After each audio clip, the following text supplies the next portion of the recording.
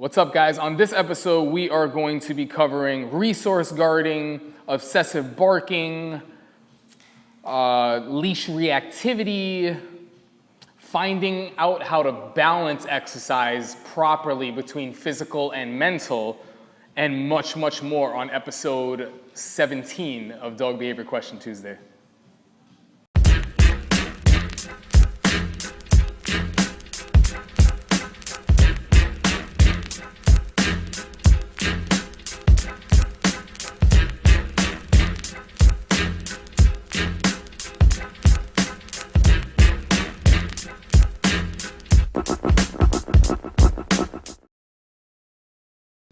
All right, we're gonna jump right into this. What's going on, guys? Please excuse the attire. I'm still in gym clothes. I went to the gym. What time is it right now? It is 5:15 p.m. I went to the gym at 6:30 this morning, and I have not had time to get home. Just came straight here and started going to work. Fortunately, it was like 70 degrees today in November, and I was able to kind of get away with wearing shorts. We're gonna go right into this. I might snack at some point and go hard with these Pop-Tarts because I haven't had time to eat much. But the first question is from Devin. Here's one. Why does my dog resource guard me from my husband? He will make growly noises or bark if he thinks I need protection or need to be protected from his other owner. We make him go places or come to us both when he does it, but would love to hear your thoughts. Okay. So I'm gonna go out on a wild guess, and I'm gonna go ahead and say that your dog feels way too entitled and thinks that it can do way more than it probably deserves to. It rarely ever gets to play hard to get, and by hard to get, or you rarely play hard to get. By hard to get, I mean your dog is probably always on the couch with you, always on the bed with you, always around your feet, and when it does decide to do something bad, then you send it away for a little bit and then it comes back and the dog's not learning any lesson. You're basically giving out $5 speeding tickets with no 2 points on the license versus actually $100 with 2 points X amount of times until the license is suspended, right? So basically the reward outweighs the consequence. Your dog probably does not have an earning lifestyle and does not regularly practice impulse control where your husband takes priority over your dogs. I know that's hard to hear and I'm kind of hitting it like right away hard, but you need to do way more impulse control work. You need to do way more earning. You need to get your dog to work for its food, do a hell of a lot more of that, and you will start to see that go away. Another thing that would be ideal, Andrew, you wanna do me a favor? Grab those 2 placemats over there. Jen, hold on 1 second. We're gonna add 2 dogs to this group here. Let's go ahead and get them along this wall over here, and then you can kind of just get the camera angle and show, if it can't show it already, what's going on. And then you, Jen, can cut right across the camera with these guys. Trainer Jen is here. She just come out, make sure you close that gate behind you. Good. She's here with Phoebe and Darcy, who you see right here, just coming back from a walk. Place. Get her right into a down. Good girl. Good job. So good. These 2 would have normally attacked or wanted to attack these 2. And they're doing much better. So yeah, you gotta get your dog working for your food. Stop free feeding your dog or stop putting the bowl down for 2 meals a day. Stop listening to the crazy person who's saying that your dog is working for its meal when you're stuffing cheese in a Kong and it's eating it from there. That's not really helping, right? She's laughing over there. You gotta do a little bit more, right? Focus on how you're walking your dog, get your dog walk to be structured. Create way more rules and boundaries that put yourself in a position to give your dog a reason to listen to it rather than only telling it what to do when it's misbehaving. Because what you're doing, and I've said this on a lot of our Periscope, if you guys aren't familiar with Periscope or you want to get a ton of live free information that's like streamable, like live stream right there in the moment with the training that we're doing, check us out on Periscope, Dream Come True Canine. I'm talking about it all the time on there. You need to give yourself a reason and have your dogs regularly studying so that when the big test comes about, what your dog struggles with, one, it's not even in that position. You keep giving this kid the badge of being a hall monitor, and your dog, which is your dog, is regularly going crazy writing people tickets for speed walking instead of running in the halls. Your dog doesn't deserve that badge, and you continue mistake after mistake after mistake to give it that badge, thinking that it's going to change where it hasn't earned it. Take the badge away from that dog.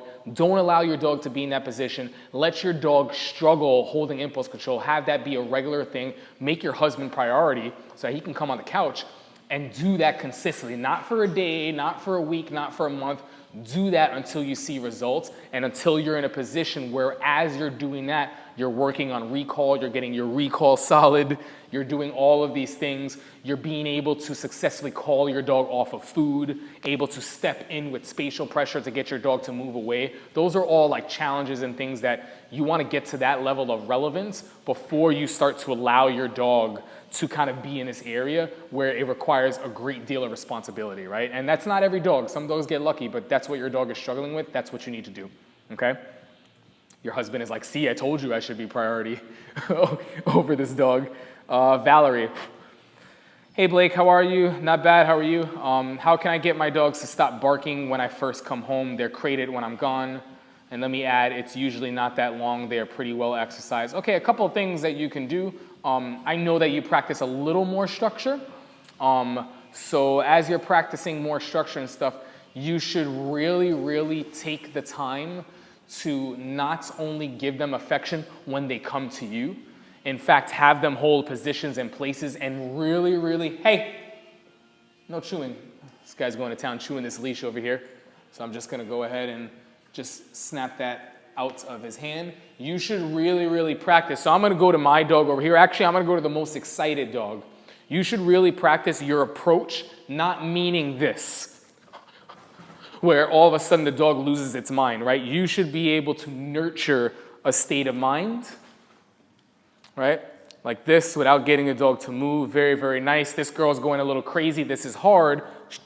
You should be able to approach a dog without them going crazy. And if that's happening, you're not saying no as you're still moving in, right? If anything, you want to create this, something that's soothing, right? And the dog understands that when you're done petting, they still got to hold the position. Doesn't mean that they're off a place. If she makes a mistake, I address it. You see the wildness? This is a struggle for her, right? Nope, down. And then she can see, just like the other dogs, that I can come over to this one and I can do the same thing, right? They need to understand that this type of affection is possible. If they only know one way with you, it's too much, right? Your child is priority. They need to learn to be calm regularly and don't nurture and baby them because that's all they know. So we kind of, as humans, create that, right? Same thing with this guy. Got a nice little tail wag, but he's not going bonkers, right? That's my boy Max a Poo-Poo Pants. What's up, buddy? Even there, I got him a little worked up. But the goal is, listen, I'm just coming over to really nurture the fact that I love what you're doing, but that's it, right? You got to do more of that, right? Regularly. As for the barking, if that's consistent and you work your dogs for their markers and they have an effective nope and you've given relevance to that nope, whether those are leash corrections, assuming that the dog knows leash pressure and communication prior, whether those are remote collar or bark collar corrections, assuming that the dog knows all the foundation work prior, then you should have no issues, right? So that's very, very important. Let's see where else we are. Abigail Road, hopefully that helps with you. For you, when we're talking about rows, you already know the deal. Regular place. You're getting into remote collar work, which is fantastic. Get her used to that. And then eventually when you're using remote to adjust her and leash and sort of disrupt. You don't want to completely like have her go crazy, but if she's in the middle of this kind of rant, she feels and it stops, let her process that.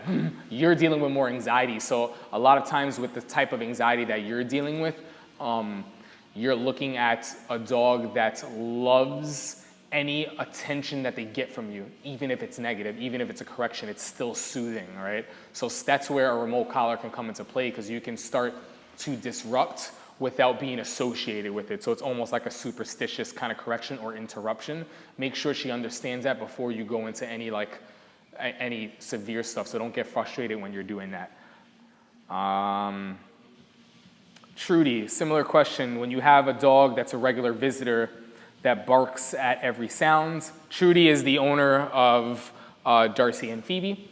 That barks at every sound. How do you discourage your dog from reverting back to this behavior? Well, first off, talk to the human that is intellectual and smart enough to understand that you just spent a hell of a lot of money to have these dogs here for a board and train, and your friend's crazy dog is not helping, right? I can tell you right now, if I have a child and my good friend has a kid that is a frickin' rebel, that kid is not invited unless he's following the rules of my place. He's being respectful in my house. I don't care what you do outside. When you come into my place, you will be respectful.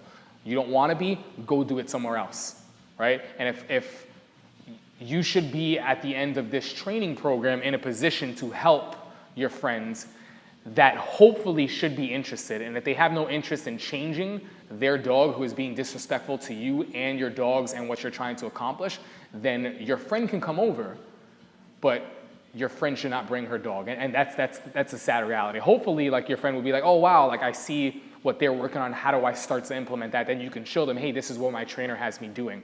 But if they have no interest in that, then I mean, how much of a friend really is that, right? It's like, keep your kid at home. Like, it's a well-behaved child is somebody that I want to be around. A really, really rude, snotty child is like, when you come around, it's like, hey, keep your kid at home. I don't want to deal with that, right? It's not fair, and it shouldn't be my responsibility, nor should it be yours.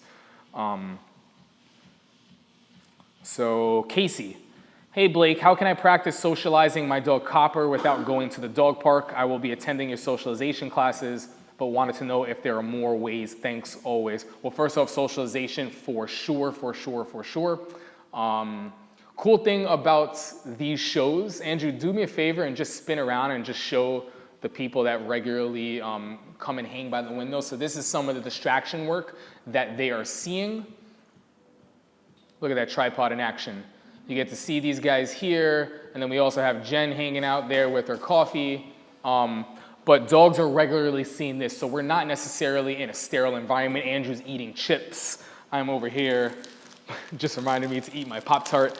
Yeah, as far as other things to do, you need to be very, very, very serious about practicing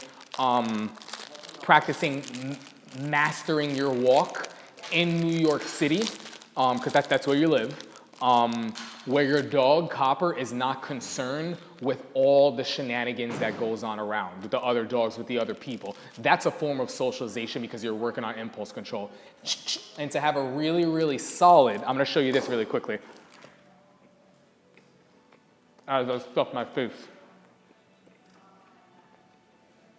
What? Well, we didn't even really have to do it. I was gonna pair a little bit of leash pressure with remote just to disrupt and call up, but she's actually doing really well. Good girl. So that's a form of socialization because you're dealing with impulse control. And impulse, cut it out. Impulse control, you see how abusive I am? Sorry, I know that's unprofessional. Not supposed to do that. Impulse control is really what you're dealing with when you're trying to get effective socialization. It's really, really having your dog in the right state of mind as you start the walk, as you enter a dog park, as you do these things, versus that creating this, right? That's the one thing that you don't want. Nope, down. So that would be my answer for you. We have Katie Claiborne. Hi Blake, my husband and myself adopted a girl, Dakota, 4 years ago. She is a Rhodesian Ridgeback mix, very big dog, nice little mohawk. She is very sociable with other dogs while off leash, but every now and then when she is on a walk, she can seem unsociable toward other dogs, lunging, barking, pulling, and so on. How can I redirect her attention back on me while on a walk?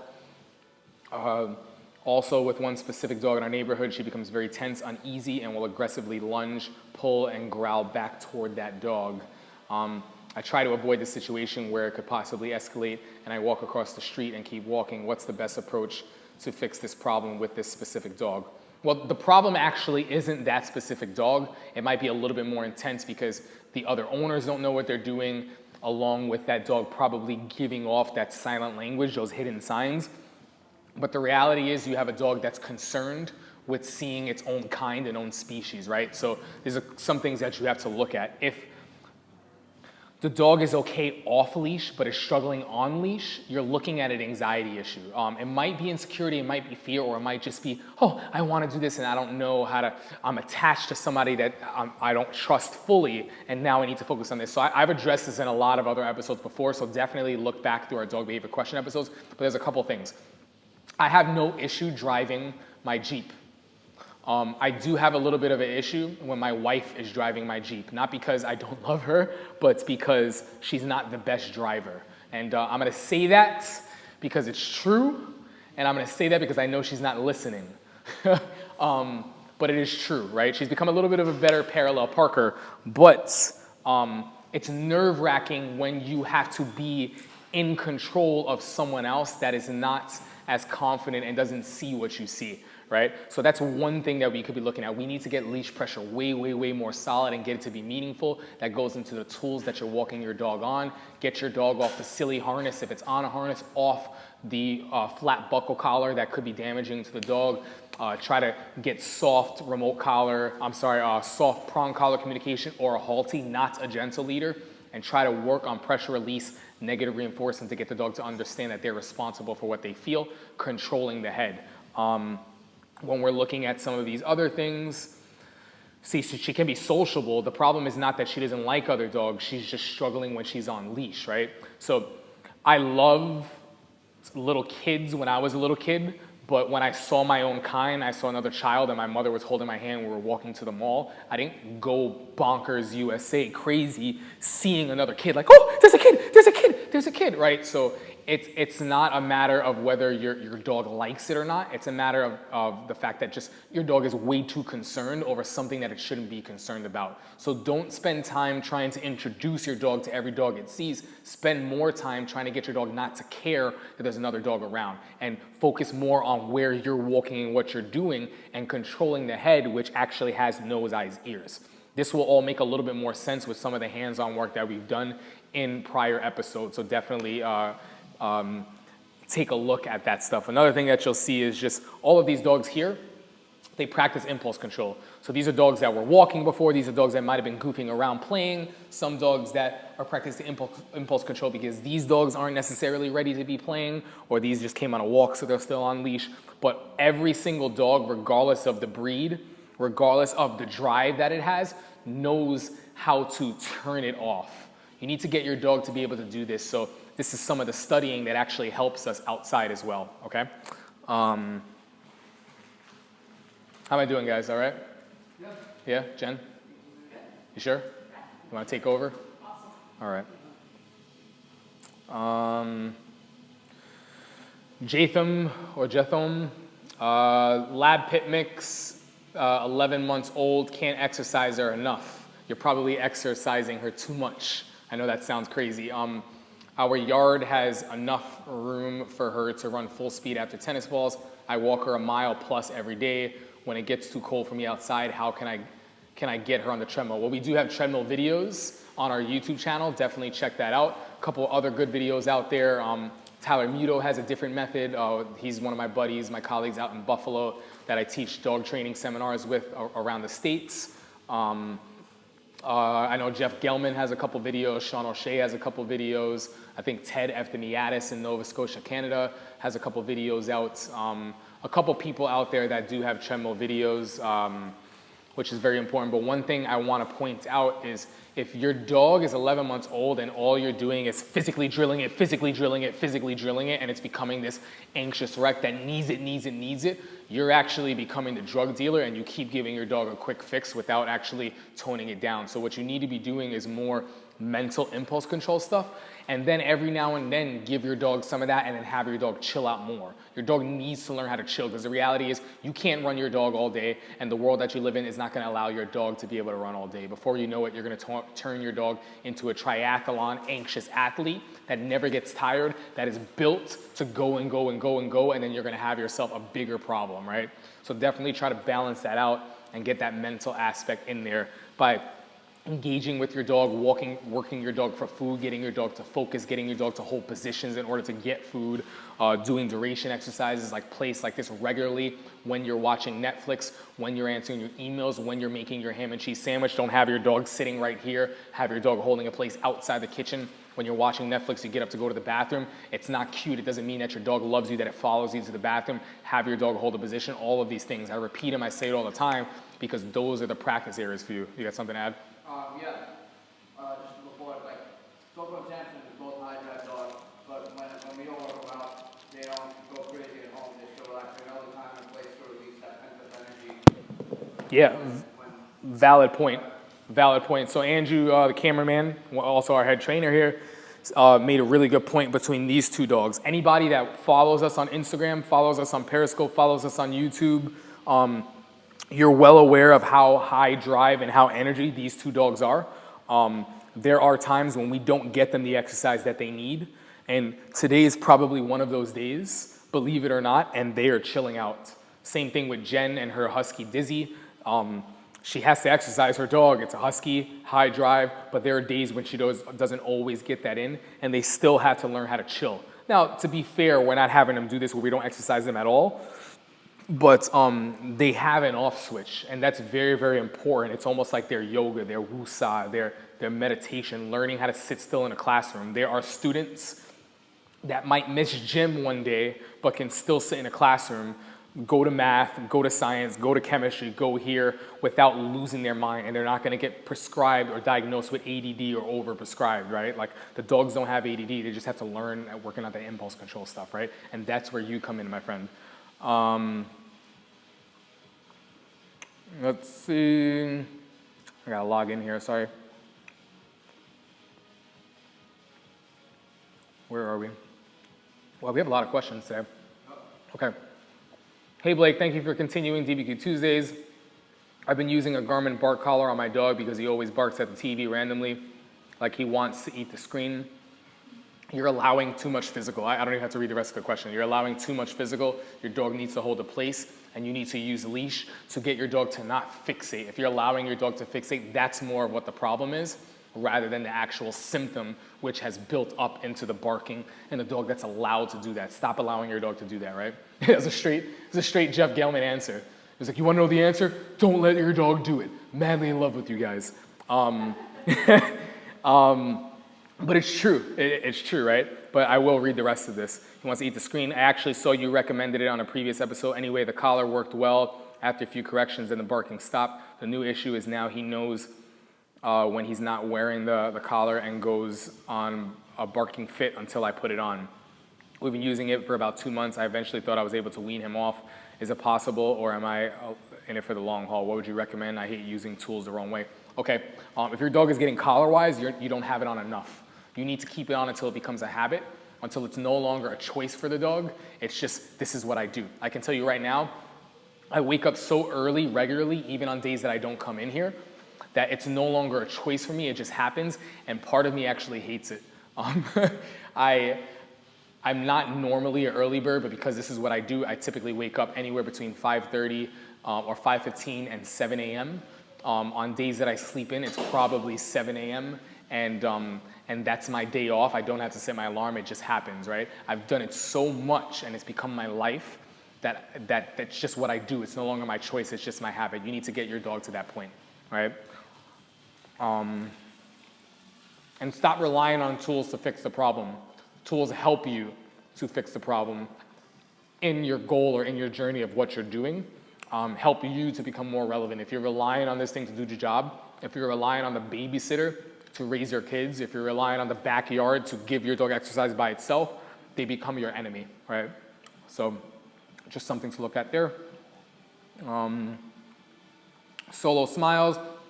Hi Blake, I recently started using a prong collar on my dog. I saw immediate results on the walks, which was great. One challenge I'm having is when the dog gets distracted by another dog on walks. He tightens up and gets super fixated on them no matter what I do. He's very sociable, more or less, and just wants to interact with the other dog, but this gets super annoying because the other dogs are often intimidated by his size and his behavior, and it turns into a big mess. I've heard you say the head must follow the leash, but what happens if it simply doesn't? He puts up a good fight, resisting my light to medium pressure. The body will go if I keep trying, but never the head. Do you recommend putting a heavy leash pressure to break the behavior? Are strong leash pops effective? How will I know if I'm hurting him on the prong? Well, first off, if your dog is totally disregarding you, you're looking at two things. If you spent time away from distractions to create clarity for what the dog should be doing and your dog is acing it, then you need to apply a little bit more pressure. If your dog is not listening to what you're doing, you're not gonna be hurting your dog. You need to get the head to turn. You also have to focus on the direction that your leash is going in. I am 95, if not 99.9% sure that your leash pressure is not low enough and it's not guiding the dog early enough and going in the right direction. You're likely pulling back, or you're just pulling the body in a direction that the head can't turn. Guide the head like a horse. Okay, we have a lot of other dog behavior question Tuesday videos that show that. Search back. I'd say DBQ Tuesday episode 4 on is where it gets good. Episodes 1 through 3 is when we were kind of still doing that. So maybe from episode 3 on and go through that until you get to this, and you will be all set, my friend. Which episode? Did I do that? Yeah, like the example where like we're walking and you want my attention instead of. Yeah, well, we can do that real quick. You want to back this up for a second? Super quick. What? You can do it. I can do it? Okay. What you're doing right now, and we're going to face it actually going this way. Come over here. Actually, I'm going to grab Jen's shirt. I'm going to grab it pretty tight. Now, what I want her to do, she's already familiar with this exercise, is I'm going to have her pull forward in that direction with really actually try. And I'm actually really trying, and I can't stop her, right? I mean, I could try my hardest. I can do it. If I had no shirt, you would literally see my muscles flexing. Now what I'm going to go ahead and do is I'm going to have her walk. Before she does, I'm going to throw her off course, right? So a solid correction is not restraining or pulling your dog back. She's not a paid actress, but I'm going to show you the magic in having a touch go in the right direction. That's why people can critique Caesar for what he does and say what he does is dangerous, but the man is a master at what he does. It's just very hard to replicate it, and that's what makes it dangerous, right? I'm a strong believer in the fact that his judo and what he does helps him with that. He's very good at his timing and his body language and knowing how to touch, and direction of touch is very powerful. So as she's walking, if I give her a push this way, and I'm going to go ahead, we're going to get closer so you can see. You're going to come over this way. I'm going to get on this side, back up right here. Good. If you're walking, walk. And I go ahead and I do this. I'm telling you she's not acting. It's because I'm throwing her off course. You need to be more aware. Thank you, Jen. Do things way earlier and guide clearer. Make sure your leash pressure isn't going this way and up. It's low and it's guiding the dog sooner if you're struggling. Much sooner, right? Don't wait for the explosion. Catch it before the explosion. You're waiting too long. Watch the ears. What? Watch the ears. And watch the ears. Yeah, catch it before the ears. You need to be like grandma with the cookie jar. Before my hand reached for the cookie before dinner, my grandma was like, don't even think about it. And I was like, how does she know, right? So that's what you need to be doing. Hey, stop. Okay, let's get through this. Okay, 2 hounds, 2 horses. Hey, Blake, I was looking at the Hermspranger prong collars, and I wanted to know which one you recommend. There's one with the prongs all going in the same direction, or one with the centerpiece and the prongs switching directions on either side. Thank you so much. You definitely want the prongs with the plate in the middle. Hermspranger made that adjustment about maybe 2 to 3 years ago, and the reason is because it switches the direction of the prongs. If you look at the prongs, that are going in one direction, it's not even pressure, it actually twists because of that plate, which is supposed to be in the middle. If you're off by one on one side, that's not a big deal, but that allows pressure to go the same way and actually contract, and it's even pressure, and it's much softer on a dog and way more effective. Geektard, hey Blake, I wondered if you could explain how to teach the dogs the good nope and yes commands. Keep up the good work. Follow us on Periscope, Geektard. We've been doing a ton of these sessions. Check us out on Facebook. We do it all the time. Episode 9, I think Andrew gets into it. Good, yes, and nope. There's a bunch of different ways you can teach it. I'll be sure to get a little bit hands-on. We're not going to do it right now with what we have to teach it, but when we get a new dog, I think either this Monday or the following Monday, we'll get a new dog and we'll do our very first session how to teach. I actually did Penny's downstairs, our very first remote collar session with Penny once she knew some of the other stuff and introducing her to the markers. I'm gonna upload that on YouTube. So give me a couple days to get that done and you'll get to see that. Oh, do you really? Did you save the video? I'm not sure. See, this is the thing with Periscope. If you guys really, really want this free information that most people charge for, it's only up for 24 hours. So you got to get your ass there. You got to stop what you're doing and you got to watch it within 24 hours. It's replayable for 24 hours, right? And that's super important. If you want it, it's free. Get your ass there, right? That's about as easy as it gets. Otherwise, you know, we can only give so much free information out, but we are offering it to you.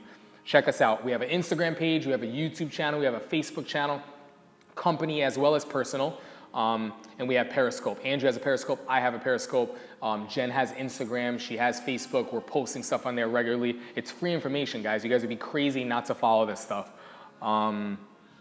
Last question, Rude Boss. Hey, what's up, Blake? I would like to ask if you use the so-called alpha role. Wow, I haven't heard that in a while at all, meaning to put a dog on its side to discipline him in a certain situation or even to calm him down. I don't often. There have been some situations where a dog is absolutely wild and we're trying to do simple stuff and it's just going absolutely bonkers, like batshit crazy, and you need to get to a point where you need to chill a dog out. It's extremely, extremely rare, but there are some times where the dog's going bonkers where you need to calm a dog down. So my version of doing it is not to dominate a dog and like gorilla and do this and be this dictator like silly people suggest. It's actually just to chill the dog out and get them to realize that, listen, man, like in life, in this world that you live in, I know better than you, and I'm not gonna try to dominate you, but like, if I'm trying to tell you to do something and you're going to the extreme, that doesn't fly. I need you to chill. Okay, now you chill. Look, I'm not a bad guy. Now let me show you how soft and how cool and how gentle this world can be, how I can actually help you through this world and guide you. But sometimes dogs are not there. In order to get them to the point where I can be softer with them, I need them to chill out. I actually gotta like calm them down, right? So it's super, super rare. I wouldn't call it an alpha role. It's just kind of in the moment if things go down. It's not something that I suggest and have like my trainers practicing or doing just because it's not ideal, but that's something that very few people are good at to do it right. That's also why it's super controversial and the reason for why it gets done. So not getting into all that stuff, it's very rare that I do that. Okay, guys, this was the last question. I will see you guys next week. Be on the lookout either Friday, Saturday, or Sunday for our post on Instagram. It's going to be a specific post that says ask your question here, usually in the photo as well as in the text. And I will see you guys next week.